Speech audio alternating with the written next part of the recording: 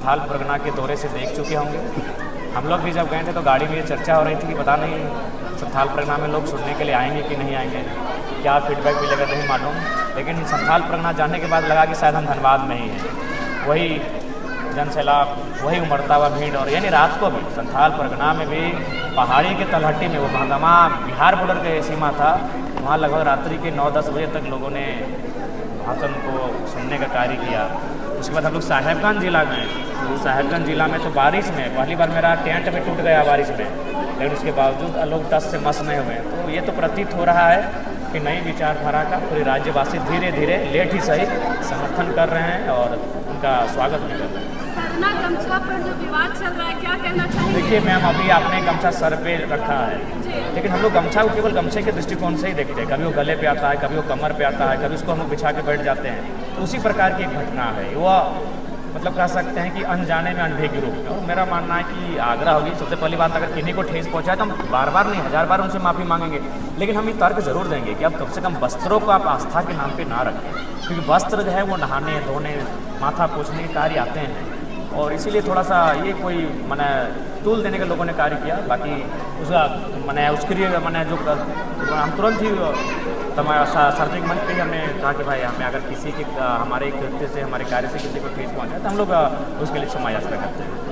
गोगो दीदी योजना, देखिए गोगो दीदी योजना हम चाहेंगे ना कि सबसे पहला बात तो आप लोग भी एक खुद प्रेस चलाइए कि ये बिल्कुल दिग्भ्रमित करने का है। डीसी ने भी अब तमाम जिलों के डीसी ने ये नोटिस जारी किया है कि गोगो दीदी योजना नाम की कोई योजना अभी नहीं चल रही है। ये केवल और केवल फ्रॉड है, दिखावा है। गठबंधन की सरकार जिसका अभी चल रहा है मैया योजना, ये कितना फैक्टर कर सकता है? देखिए फैक्टर नहीं करेगा, क्योंकि आप देखिए CGL की परीक्षा में धांधली, तमाम जो वैकेंसी आया वहाँ धांधली गड़बड़ी हो रही है। तो ये लोग अब समझ गए कि 1000 रुपये में हम लोग नहीं भूल करेंगे।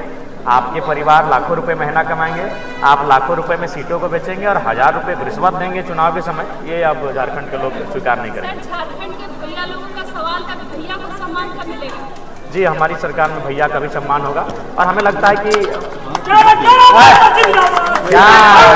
कहाँ नारा लगाना चाहिए, आइडिया होना चाहिए ना। आप तो काहे ऐसा करते हैं? नारा का एक जगह होता है। अभी हम लोग माता के दर्शन करने के लिए आए हैं, इसीलिए आपसे आग्रह हो किसी प्रकार की नारेबाजी ना करें। देखिए, जहाँ तक आपने पूछा भैया सम्मान, मेरा भी मानना है कि मैया का असल सम्मान उसके भैया के सम्मान में है। मैया का असल सम्मान उसके बेटे के सम्मान में है। मैया का असल सम्मान उसके परिवार के लोगों के सम्मान में है। तो 1000 रुपये से बेहतर है 15,000 से 25,000 तक, चाहे कॉन्ट्रैक्ट बेसिस पर, आउटसोर्सिंग के माध्यम से, या फिर प्राइवेट पब्लिक सेक्टर में या गवर्नमेंट सेक्टर में रोजगार कैसे लगे, इस पर सरकार को काम करना चाहिए और हम लोग आते हैं तो इस दिशा में काम करते हैं। सर, एक सवाल, बचपन में दुर्गा पूजा की कुछ यादें अगर आप ठीक है तो जरूर साझा करिए। जी जी, बहुत यादें हैं। बचपन बड़ा नटखट था। याद है कि विशेषकर जो बंदूक आता था जो टीना का, उस बंदूक को लेने के लिए रोड में सो जाते थे, लेट जाते थे। कोई गाड़ी आता था, गाड़ी के नीचे सो जाते थे जब तक नानी या मौसी मैंने कंफर्म ना करे कि बंदूक खरीद के दे रहे हैं। तो इस बार मेले में कैंची खरीद रहे हैं? जी, इस बार तो मेले में सिर्फ कैंची ही कैंची खरीदा जाएगा। और दुर्गा पूजा मेरे ही नहीं, हमारे जैसे लाखों करोड़ों युवाओं की एक अभिन्न यादें हैं। यादें आपकी भी होंगी, केतकी जी की होंगी, भैया का भी होगा, ये भैया का भी होगा। दुर्गा पूजा एक ऐसा त्यौहार ही है जिसमें बचपन की बहुत सारी यादें एक साथ समाहित हैं। एक सवाल और, झरिया में खास कर तो ये कोलफील्ड इलाका है, विस्थापित यहाँ का सबसे बड़ा मुद्दा है विस्थापन, कोलबेरिंग एरिया में खास करके। बिल्कुल, विस्थापन को लेकर हम लोग पहल करेंगे। एक बेहतर और सशक्त विस्थापन नीति बने। और यही नहीं, 40 साल 50 साल पूर्व से ही जो विस्थापन के मामले आधार में लटके हैं, उन मामलों का भी निष्पादन होगा। उन मामलों को भी त्वरित कार्रवाई करते हुए दुरुस्त किया जाएगा। और विस्थापन के अलावा शहर में जो समस्या होती है वो पानी की होती है, प्रदूषण की होती है, तो इस पर भी हम लोग काम करेंगे ताकि शहर का जो वातावरण है उसे स्वच्छ रखा जा सके। भौरा जहाज स्टार में जो आपका जो कार्यक्रम चल रहा था, लगातार धरना प्रदर्शन वहाँ विस्थापन को लेकर के, अभी तक वो मुद्दा क्लियर नहीं हुआ है। जी बिल्कुल, चूँकि जिन लोगों से हमारी लड़ाई हो काफ़ी सशक्त लोग हैं, तो हमें लगता है कि अब राजनीति के माध्यम से उनसे लड़ाई लड़ेंगे और चुनाव के बाद उनसे एक जोरदार तरीके से हम लोग चरणबद्ध लड़ाई लड़ेंगे। जयराम जी, कल एक मीटिंग हुई अधिकार यात्रा से रिलेटेड, जरा उसे विस्तार से बताइएगा। देखिए, अधिकार यात्रा का संबंध ये है कि हम लोग अपने तमाम प्रत्याशियों को, तमाम जो संगठन के साथी हैं, पदाधिकारी हैं, कि आप गांव-गांव जाएं, एक साथ जाएं, हर एक दरवाजे तक पहुंचे, हर एक आंगन तक पहुंचे, उससे अपनी विचारधारा से रूबरू करवाएं, उन्हें अपने झारखंड के अधिकार से संबंधित बातों से परिचय कराएं और कुल मिलाकर लोगों के साथ कनेक्टिविटी बनाएं। ये हम झरिया वालों को बलिया वालों ने लूटा है क्या?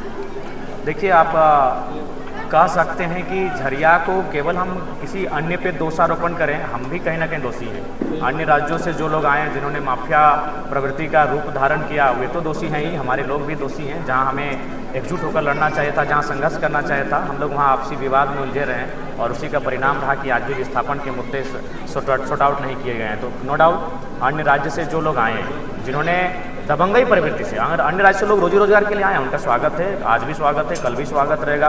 अन्य राज्य से लोग व्यापार के दृष्टिकोण से दो पैसे कमाने के लिए आए हैं, उनका आज भी स्वागत है, कल भी स्वागत रहेगा। लेकिन जो लूटने के उद्देश्य से आए हैं उनका कल भी विरोध था, आज भी विरोध है और कल भी रहेगा। किरण जी, एक सवाल है, 15 साल यहाँ भाजपा की सरकार ये झरिया विधानसभा में रही है और उसके बाद 5 साल यहाँ से कांग्रेस की रही है। देखिए आप भी जानते हैं कि यहाँ जितने भी कोलियरी हैं, वहाँ जितने भी स्थापित राजनीतिक दल हैं उनके नेताओं को कमीशन बंधा है, तो नेता मजबूर हो जाते हैं। जो पैसा CSR का फंड हो, जिला में जो DMT फंड हो, जो पैसों का उपयोग जन सुविधा, मूलभूत सुविधाओं का निराकरण के लिए किया जाना चाहिए, वे पैसे नेताओं मंत्रियों की जेब में चले जाते हैं कमीशन के रूप में। और नेता मंत्री अगर चुप हो जाएंगे तो लोकतांत्रिक देश में हमें लगता है कि वहाँ मीडिया का रोल आम होता है, आप ही उन्हें न्याय दिला पाएंगे।